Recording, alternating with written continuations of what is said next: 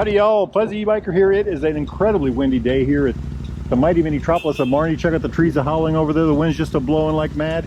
Took this little hot rod out for a spin. I've got about 30 miles on it today, put about 200 miles on it yesterday.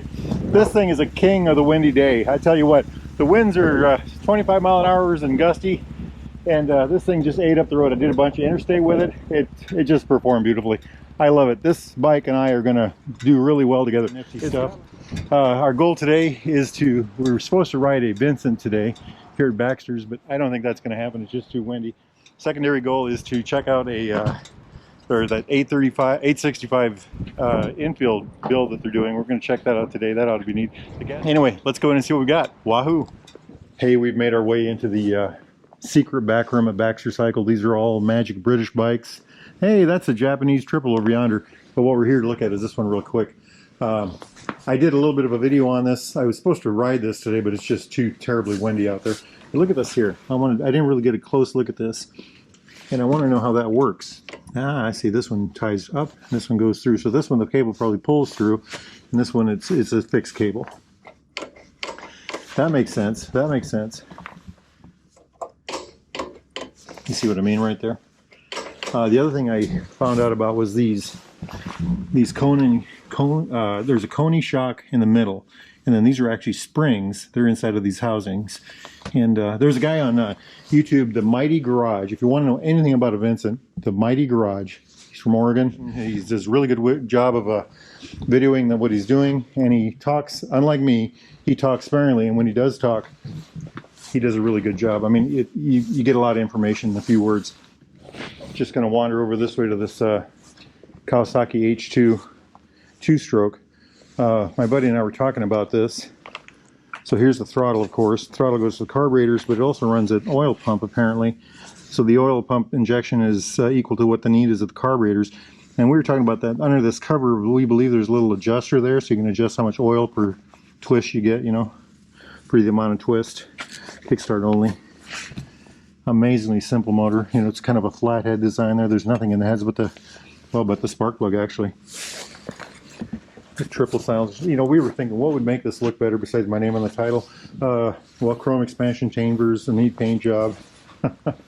We were also talking about, we grew up with these kind of bikes, he and I. And we were also talking about how they ran great when they ran. The rest of the time they were total nightmares. You had to keep working on them, and they were all, you know, they were kind of junk. The brakes were terrible, the suspensions were weak, the whole thing just kind of, but when they ran, boy did they run. What a machine, what a machine.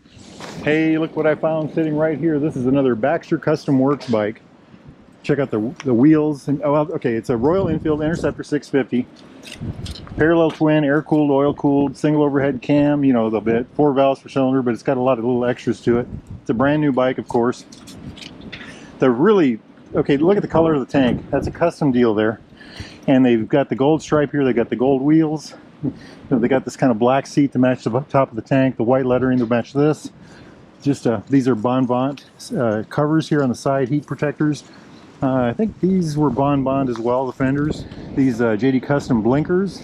Jumping up a little ways, we've got these Royal Enfield mirrors. I like that. Oh, look at this. That's a nice touch. I've seen that on other bikes. They've been doing that lately. S&S pipes, Royal Enfield spools for your lifts at home. Very nice, very nice. So one of the bikes I wanted to look at here today was this one, and my hope was that the tank would be in. Again, this is the 835 kit. It's got 835 cylinders, the high compression, 11-to-1 compression S&S pistons. It's got this Revelry racing head. Absolutely amazing. They ported it all out. It's got the big valves, the heavy-duty springs. It's got this 40mm Revelry intake system on there. Absolutely amazing, of course. Again, I've ridden a bike with that before, and it just popped. Just bang! And then it's got the S&S cams in here, and then of course it's got this S&S qualifier muffler. And what I always do when I show these is check that out. It's just insanely large. All-in suspension on the back, K-Tech for the fronts, you know, adjustable, and progressive springs, all that neat stuff, I think, anyway. These special, I think they were Michelin tires. My eyes can't read in the dark here, but there's some sort of really nifty tire. Maybe I can read the back one. Metzler, they're Metzlers. Really neat tread on there. Isn't that neat? Slightly wider. It's got this MK designed chain guard on the back.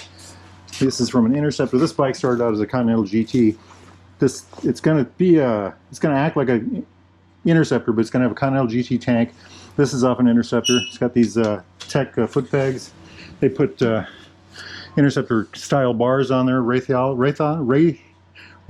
bars. These nifty built-well grips. The special adjustable clutch lever. You can adjust the throw here with this lever here. Isn't that neat?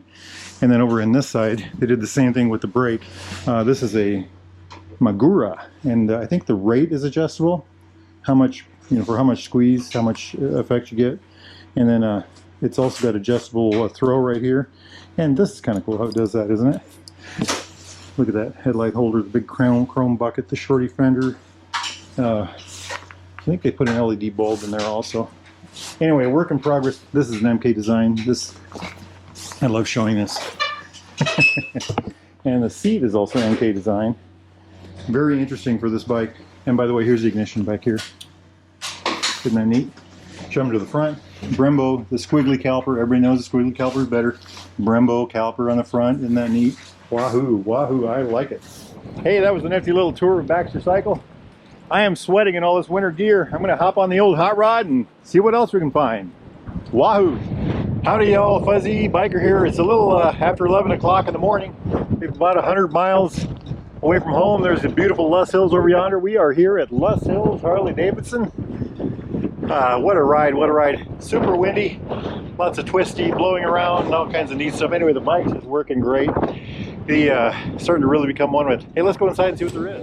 Hey, look at this M8. This is they had to bore the case out. If you look at the marks here, so they could put 153 cubic inch cylinders in it. XTEL. Yeah, they used to be out of Des Moines. Oh, look at that. It's really, really heavy. How big is that? That's 4.6 bore. 4.6. What's the stock for? 3.9. 3.9 stock, and that's a 4.6. Yeah, that's crazy. Yeah. Look at this thing. A thing of beauty. You said probably Weiss. Oh, wow. Yeah, they're made by Weiss. Look at the size of that thing. Is this the stock piston over here, Doug? No, that's Check it out. So this is Teflon, right? Yeah, it's like there could Or be some sort of slick basically thing. like Teflon. Sometimes they do a coating called graphel or a Teflon. Yeah, it's a coating. Is this an 3-ring? Look at that. And then I had them drill those out for me. What are those for? Those are called gas porting. Oh, wow. Gas ports. Yeah, difference in right? size, right? Is that an 88 or a? This is a 103. That's a 103. That's a 103? Yeah. Okay, so this is the head that goes on it. I'm not going to lift it up or anything, but check that out. Maybe we'll peek under it. Crazy. So this is a drag bike frame. The whole frame weighs, I think he said 38 pounds, maybe it was 28 pounds. Back wheel, front wheel. New street glides, the new road glides. Check that out. The new CVO with the 121 and variable timing. Isn't that neat? Y'all know how I love trikes. Check this one out. Tri-Glide 114. I love the paint. I don't know what this is called, but it's black, the pinstripe, and then the normal color. Absolutely gorgeous. This thing is loaded. This is my kind of thing. Got all the chrome on it. I'm a chrome type guy. Look at those wheels. Wow, that was a lot of fun. That 153 cubic inch M8 that they're building, that's going to be a monster. Absolutely amazing. Again, Harley Davidson, Luss Hills Harley Davidson, LussHillsHD.com. Now let's hop on this hot rod and go for a ride. Wahoo! Just got back from 220 miles of riding. Check it out. Left here this morning. It was blustery cold in the 40s. And it just started raining a little bit ago. Not, maybe a mile or two ago. So I just got a little bit of rain. I was able to spin the tire. I tried to spin the tire going up the hill. Anyway, the bike's got a little bit of water on it. Boy, this thing has just been a ball. I've got about almost 3,900 miles on it. Did about 700, almost 800 miles so far this week. I don't know if I'll get it out tomorrow or not. It's supposed to be in the 40s tomorrow. We'll see what happens. But, the handlebars are wide. And it's got a light front end with this inverted fork and all that neat stuff. And it just handles so well. You got, a real windy day today. You got lots of leverage because of the wide bars. And it just did so well. And the bike's a little heavy. It's got a little heavy on the back end. So it stayed put really well. It just, I really liked riding it. I just really enjoy this bike. It's a good highway bike.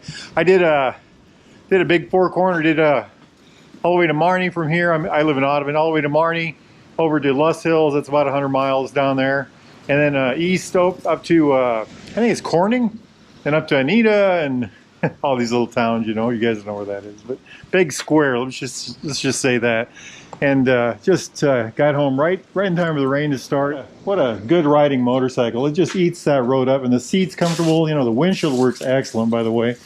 There's my helmet. I did catch a little wetness on that, didn't I? Oh, man, what a great day to be alive. Great motorcycle to ride. Friends, if you can get out and ride, get out and ride. Life is good. Wahoo!